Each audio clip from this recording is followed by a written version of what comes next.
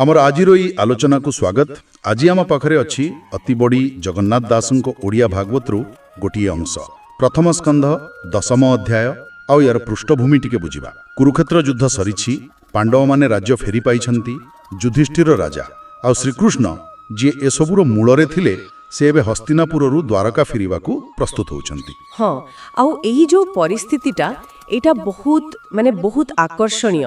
गोटे पटे युद्ध परर शांति सुशासनर आरंभ आउ अन्य पटे गोटे बड़ विदायर गोटे विच्छेदर दुख, ए दुईटा भावर मिश्रण ही एही अध्याय को बहुत खास करि दिए।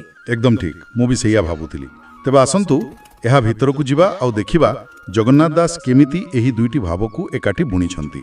आरंभ करिबा युधिष्ठिरंक सुवर्ण शासनरू। कुहा जायछि श्रीकृष्णंक साहाय्यरे पांडव माने राज्ୟରେ प्रतिष्ठित हेले आउ युधिष्ठिर से भीष्मंक ठारू धर्म उपदेश पाई शासन आरंभ कले। हाँ, आउ शासन शब्दटा एठी बोधबे टिके छोट मने हेबो।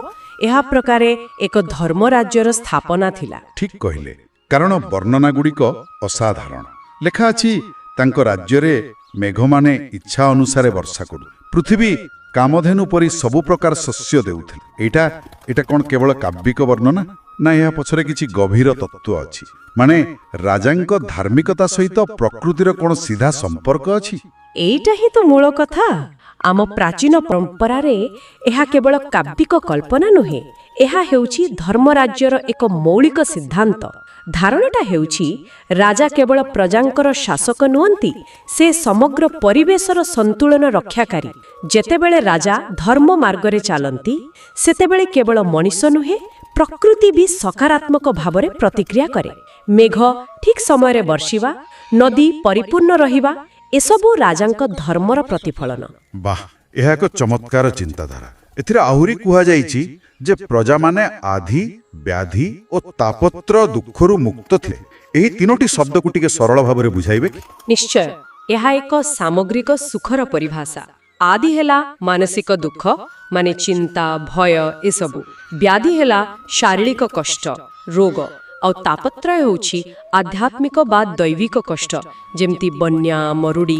तेणु जेतेबेले कुहा जाउछि प्रजा माने एसबुरु मुक्त थिले, तार अर्थ से माने संपूर्ण शांति रे थिले। अर्थात एक संपूर्ण आदर्श राज्यर चित्र। किंतु एही आदर्श राज्य सबु किछि स्थिर नथिला। एही शांति भीतर को गोटे भाव प्रवणतार झड़ आसीबाकू जाउथिला। किछि मास हस्तिनापुरे रहिबा परे श्रीकृष्ण द्वारका फेरी जिबा पई अनुमति मागिले, और एही खबरटा सबु किछि बदलाई देला।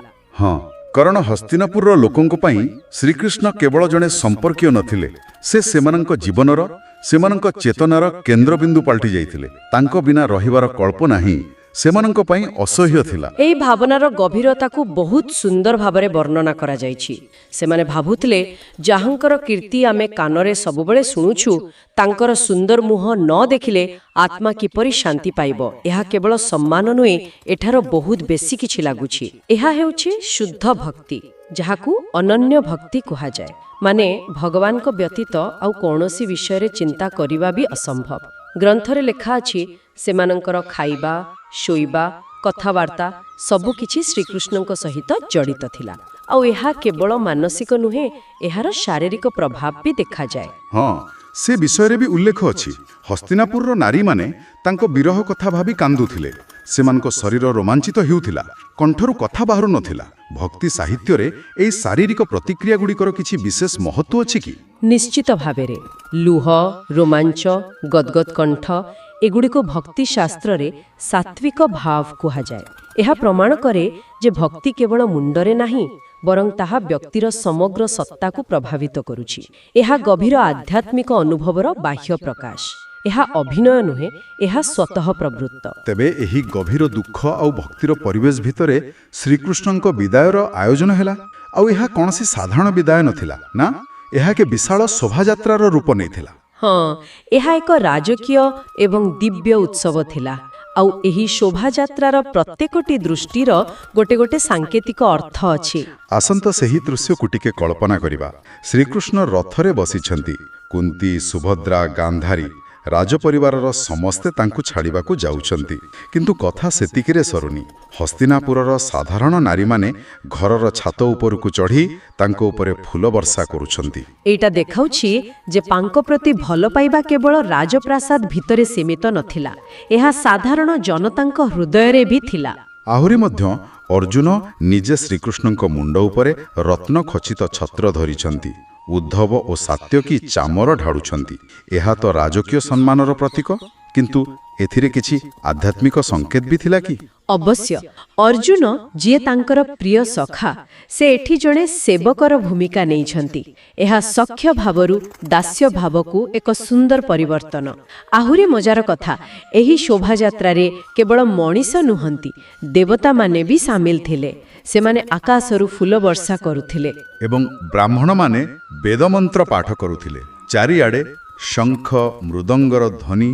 ତେବେ ଏହି ସମ୍ପୂର୍ଣ୍ଣ ଦୃଶ୍ୟରୁ କ'ଣ ବୁଝାପଡ଼ୁଛି? ଏଥିରୁ ସିଧା ସିଧା ଜଣାପଡ଼ୁଛି ଯେ ଶ୍ରୀକୃଷ୍ଣ କେବଳ ପାଣ୍ଡବଙ୍କ ବନ୍ଧୁ ନୁହନ୍ତି, ସେ ହେଉଛନ୍ତି ତ୍ରିଲୋକର ନାଥ। ରାଜପରିବାର, ସାଧାରଣ ପ୍ରଜା, ବ୍ରାହ୍ମଣ ଏବଂ ଦେବତା ସମସ୍ତେ ଏକାଠି ହୋଇ ତାଙ୍କୁ ସମ୍ମାନ ଦେଉଛନ୍ତି। ଏହା ତାଙ୍କର ସାର୍ବଭୌମିକ ଆଉ ଦିବ୍ୟ ସ୍ୱରୂପର ପ୍ରମାଣ। ଏବେ ଆସିବା ସେହି ଅଂଶକୁ ଯାହା ମୋତେ ସବୁଠୁ ବେଶୀ ଆଶ୍ଚର୍ଯ୍ୟ କରିଛି। ଶୋଭାଯାତ୍ରା ଦେଖୁଥିବା ସମୟରେ ଛାତ ଉପରେ ଥିବା ନାରୀମାନେ ପରସ୍ପର ଭିତର କଥା ହେଉଛନ୍ତି, ଆଉ ସେମାନଙ୍କ କଥାବାର୍ତ୍ତା କୌଣସି ସାଧାରଣ ଆଲୋଚନା ନୁହେଁ। ହଁ, ଏହା ଭାଗବତର ଏକ ଅତ୍ୟନ୍ତ ଗୁରୁତ୍ୱପୂର୍ଣ୍ଣ ଅଂଶ। ଏହା ସେହି ସମୟର ସାମାଜିକ ଚେତନା ବିଷୟରେ ବହୁତ କିଛି କହେ। ସେମାନେ କହୁଛନ୍ତି ସେ ହେଉଛନ୍ତି ପୁରୁଷ ପୁରାଣ, ଯିଏ ନିଜକୁ ନିଜେ ସୃଷ୍ଟି କରିଛନ୍ତି। ସେ ସମସ୍ତଙ୍କ ଶରୀରରେ ଆତ୍ମା ରୂପରେ ବାସ କରନ୍ତି ଏବଂ ନିଜ ମାୟା ଦ୍ୱାରା ଏହି ଜଗତକୁ ସୃଷ୍ଟି କରନ୍ତି। ମୋ ପ୍ରଶ୍ନ ହେଉଛି, ସାଧାରଣ ନାରୀମାନେ ଏତେ ଗଭୀର ବେଦାନ୍ତ ଦର୍ଶନ ବିଷୟରେ କେମିତି ଆଲୋଚନା କରୁଛନ୍ତି? ଏହା ତ ଋଷିମୁନିଙ୍କର କଥା ଭଳି ଲାଗୁଛି। ଏଇଟା ହିଁ ଭାଗବତ ପରମ୍ପରାର ସୌନ୍ଦର୍ଯ୍ୟ। ଏହା ଦର୍ଶାଉଛି ଯେ ଆଧ୍ୟାତ୍ମିକ ଜ୍ଞାନ କୌଣସି ବିଶେଷ ବର୍ଗ ବା ଲିଙ୍ଗ ଭିତରେ ସୀମିତ ନଥିଲା। ଏହାକୁ କୁହାଯାଇପାରେ ଜ୍ଞାନର ଲୋକାଭିମୁଖୀକରଣ। ଭକ୍ତି ମାର୍ଗରେ ଜଣେ ସାଧାରଣ ଗୃହିଣୀ ବି ଗଭୀରତମ ଦାର୍ଶନିକ ସତ୍ୟକୁ ଅନୁଭବ କରିପାରେ। ଆଉ ସେମାନଙ୍କ କଥା କିଛି ଶୁଖିଲା ପାଣ୍ଡିତ୍ୟ ନୁହେଁ, ଏହା ହେଉଛି ହୃଦୟରୁ ବାହାରିଥିବା ଅନୁଭବ। ସେମାନେ ମାୟା ଆଉ ଅବତାରବାଦ ଭଳି ଜଟିଳ ଧାରଣା ବିଷୟରେ ବି କହୁଛନ୍ତି, ଯେ ଯେତେବେଳେ ଅଧର୍ମ ବଢ଼େ ସେ ଧର୍ମ ସ୍ଥାପନ ପାଇଁ ଯୁଗେ ଯୁଗେ ଅବତାର ନିଅନ୍ତି। ଏହା ତ ଗୀତାର ମୂଳ ଶିକ୍ଷା। ଏକଦମ ଠିକ୍। ମାୟା ହେଉଛି ଭଗବାନଙ୍କର ସେହି ଦିବ୍ୟ ଶକ୍ତି ଯାହା ଦ୍ୱାରା ସେ ସଂସାର ରଚନା କରନ୍ତି, ଆଉ ଅବତାରବାଦ ହେଉଛି ସେହି ବିଶ୍ୱାସ ଯେ ଭଗବାନ ଧର୍ମ ରକ୍ଷା ପାଇଁ ପୃଥିବୀକୁ ଆସନ୍ତି। ହସ୍ତିନାପୁରର ନାରୀମାନେ ଏହି ସବୁ ଜଟିଳ ତତ୍ତ୍ୱକୁ ନିଜ କଥାବାର୍ତ୍ତାରେ ବହୁତ ସହଜରେ ସାମିଲ କରିପାରୁଛନ୍ତି। ଏତିକେ ନୁହେଁ, ସେମାନଙ୍କ କଥାରେ ମାନବୀୟ ଭାବନା ବି ଭରି ରହିଛି।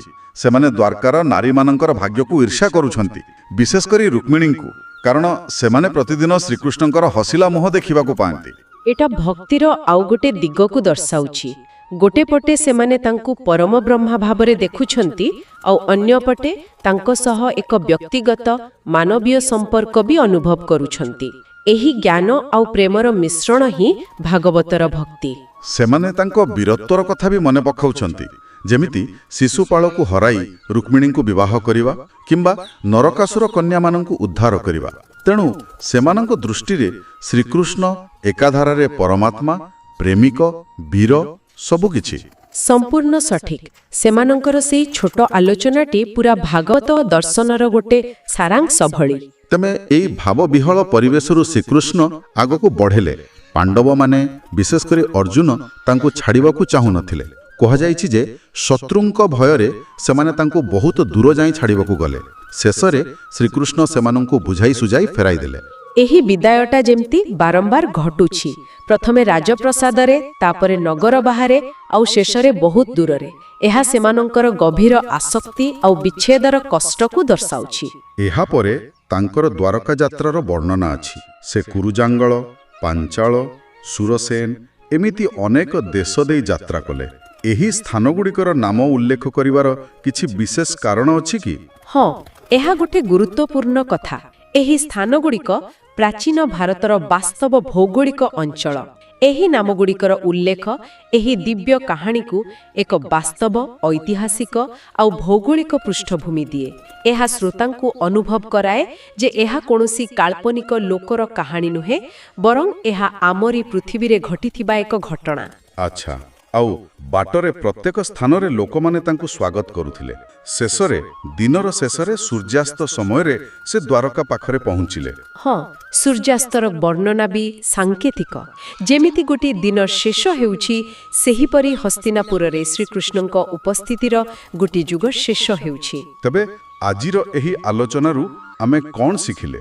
ମୋ ପାଇଁ ସବୁଠୁ ବଡ଼ କଥା ହେଲା, ଜଣେ ଧାର୍ମିକ ଶାସକ କେବଳ ସମାଜ ନୁହେଁ, ପ୍ରକୃତିରେ ବି ସନ୍ତୁଳନ ଆଣିପାରନ୍ତି।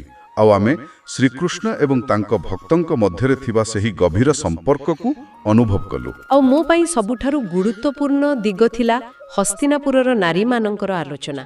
ସେମାନେ ଦେଖାଇଦେଲେ ଯେ ସତ୍ୟ ଆଉ ଜ୍ଞାନ କାହାର ଏକଚାଟିଆ ସମ୍ପତ୍ତି ନୁହେଁ। ଭକ୍ତି ଆଉ ଶ୍ରଦ୍ଧା ମାଧ୍ୟମରେ ଯେ କେହି ପରମ ସତ୍ୟକୁ ଜାଣିପାରିବ। ଏହି ଅଧ୍ୟାୟଟି ଜଗନ୍ନାଥ ଦାସଙ୍କର ଏକ ବିନମ୍ର ସମର୍ପଣ ସହିତ ଶେଷ ହୋଇଛି, ଯେଉଁଠି ସେ ନିଜକୁ ଶ୍ରୀହରିଙ୍କ ଚରଣରେ ଜଣେ କିଙ୍କର ବା ସେବକ ଭାବରେ ବର୍ଣ୍ଣନା କରିଛନ୍ତି। ଏହା ଆମ ପାଇଁ ଏକ ଚିନ୍ତାର ବିଷୟ ଛାଡ଼ି ଯାଉଛି। ହଁ, ଆଉ ସେହି ଚିନ୍ତାଟି ହେଉଛି, ଯେତେବେଳେ ଭଗବାନ ଆମ ସାମ୍ନାରେ ଶାରୀରିକ ଭାବେ ଉପସ୍ଥିତ ଥାଆନ୍ତି, ସେତେବେଳେ ତାଙ୍କ ପ୍ରତି ଭକ୍ତି ଦେଖାଇବା ସହଜ। ହସ୍ତିନାପୁରର ଲୋକମାନେ ତାହା ହିଁ କରୁଥିଲେ। କିନ୍ତୁ ପ୍ରକୃତ ଆହ୍ୱାନ ସେତେବେଳେ ଆସେ ଯେତେବେଳେ ସେ ଆମ ଆଖି ସାମ୍ନାରୁ ଚାଲିଯାଆନ୍ତି। ତାଙ୍କ ଅନୁପସ୍ଥିତିରେ ସେହି ଭକ୍ତି, ସେହି ସମ୍ପର୍କ ଆଉ ସେହି ଆଦର୍ଶକୁ ଜୀବନରେ ବଜାୟ ରଖିବା କେମିତି ସମ୍ଭବ? ଏହା ହିଁ ବୋଧହୁଏ ପ୍ରତ୍ୟେକ ଭକ୍ତ ପାଇଁ ସବୁଠାରୁ ବଡ଼ ପରୀକ୍ଷା। ଆମର ଚ୍ୟାନେଲକୁ ସବସ୍କ୍ରାଇବ୍ କରନ୍ତୁ ଏବଂ ଭିଡ଼ିଓକୁ ସେୟାର କରନ୍ତୁ। ହଁ, ନମସ୍କାର।